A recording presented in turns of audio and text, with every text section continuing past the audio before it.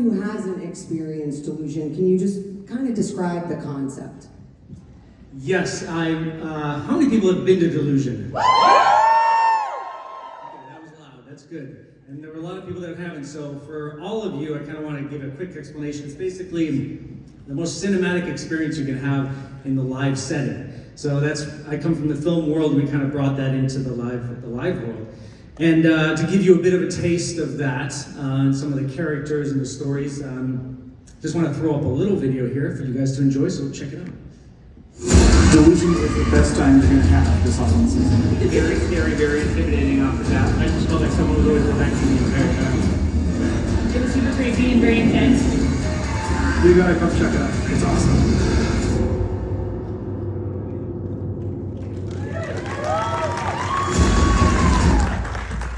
Oh my Lord, I think we should play that again. That's so quick, but you got a little taste of it. You kind of see some of the characters over the years here. So it's very much like living inside of a creepy, hauntingly beautiful story. And we've been doing it since 2011, and there's really not much like it. It's a very intimate experience. We try to make sure that people feel they have some agency and they're a part of the story. Obviously, our trademark player part, we really take that seriously. So I've been just doing this for a long time and get swallowed back into this every year. And we'll kind of dig into this year's show a little bit later.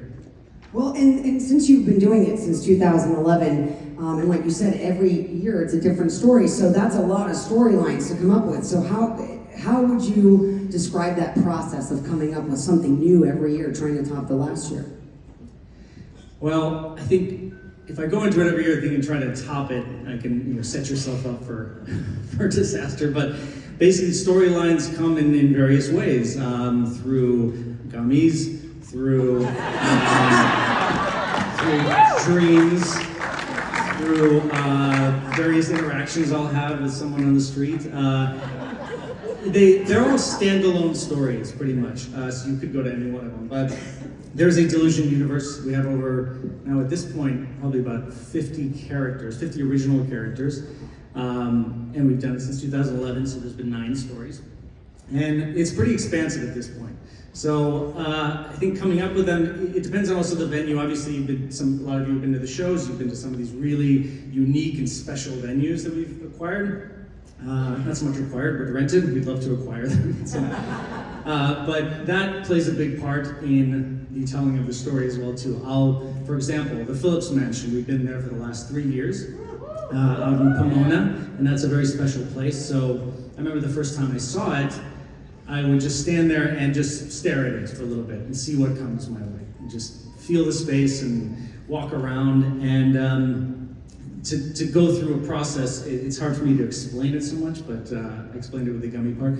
But basically, it's really fun because it's fun and it's frustrating at the same time, to be honest, because obviously we do 10 to 12 people every 10 minutes or so.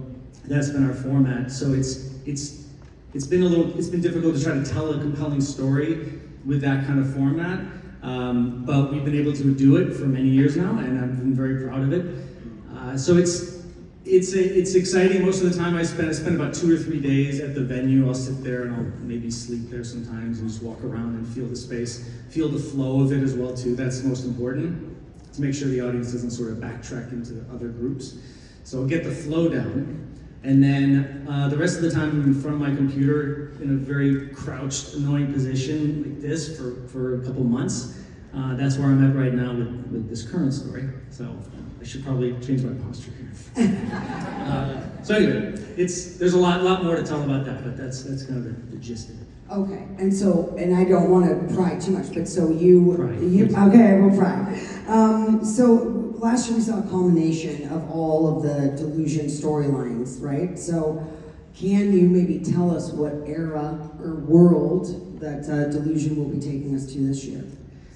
Yeah, so this will be interesting. Those of you who went to the show last year, did you see anything at the very end of the show? Any little Easter egg? A book. Okay? The little girl, you sorry. Lots of what? Lots of hate. Somebody said the blood right. Hey, you got one? Somebody said the blood right back there, and there's the book. Okay, so at the end of the story last year, we had the Delusion sort of compendium, toss it into the furnace, burns, and then we're outside, we hear the epilogue kind of wrapping everything up.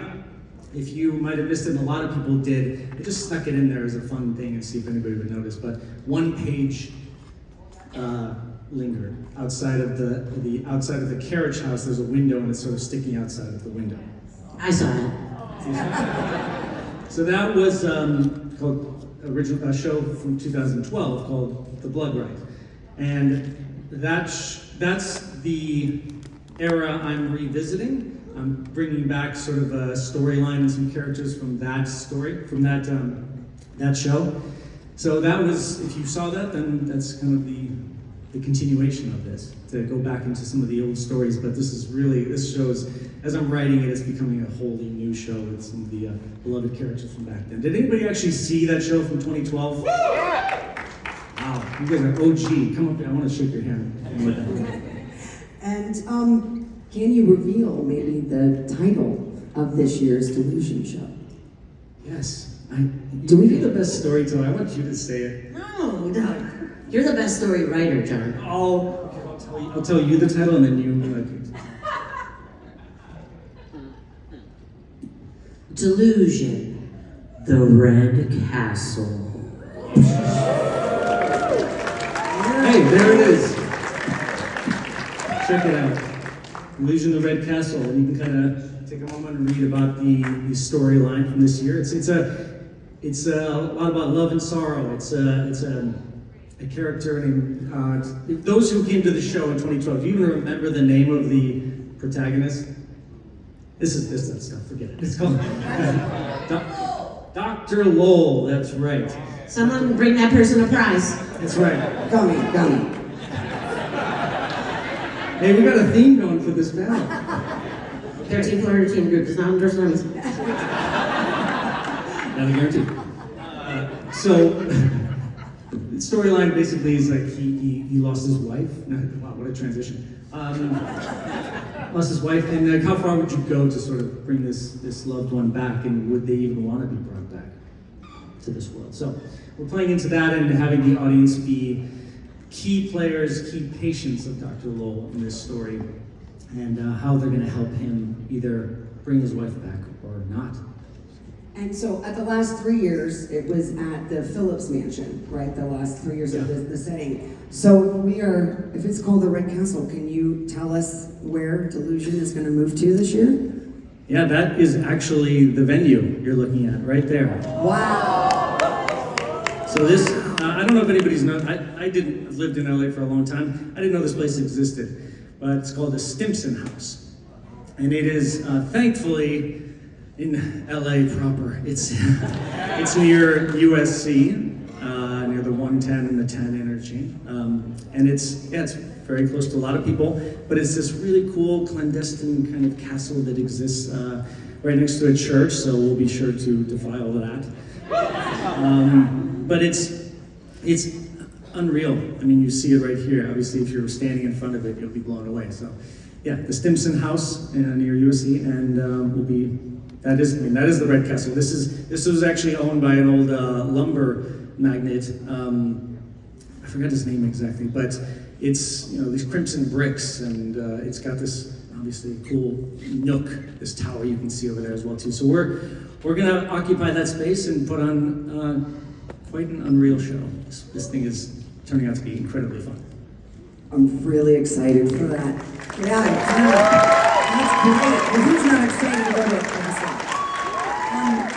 And so just one last question, John. So in the past, because you've had different locations, what can you give a little bit about, since now we have this location that you're doing it, what is the experience like what can people expect with the experience when they walk in to this one? Well, as you kind of allude to what I talked about earlier about being patients of this psychiatrist, Dr. Frederick Lowell. And again, going back to the question earlier about the era, we're in the late 40s, early 50s kind of era. So he took over this place and made it his sort of, again, clandestine asylum. So we're leaning into the idea of sort of this research, I wouldn't even say facility because it's supposed to be private, as I said, clandestine and secret. So you're going to be sort of readmitted into this place that you've existed for a little while, but your memory of it has kind of faded. And so you'll be sort of reintroduced in some interesting way to old characters. So you'll feel as if you're being, I mean, the idea is to feel as if you've gone mad, for sure. So that's the idea, that's the experience. But we're testing this out, and this has always been an interesting part of Delusion in the past. And I've always put a lot of trust into the audience. But for this one, I want to go back to that idea that the audience has these certain abilities to be able to manipulate things. And so you have these dormant abilities in your mind, and the doctor's been kind of working on that for a while to help resurrect his wife. So you're going to feel as if you're a patient. I would suggest everybody goes and rewatches Shutter Island, because that is a big inspiration for this story. Thank you for all of those little tidbits. I'm very excited about this.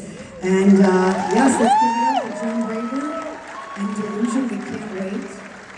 And so we're going to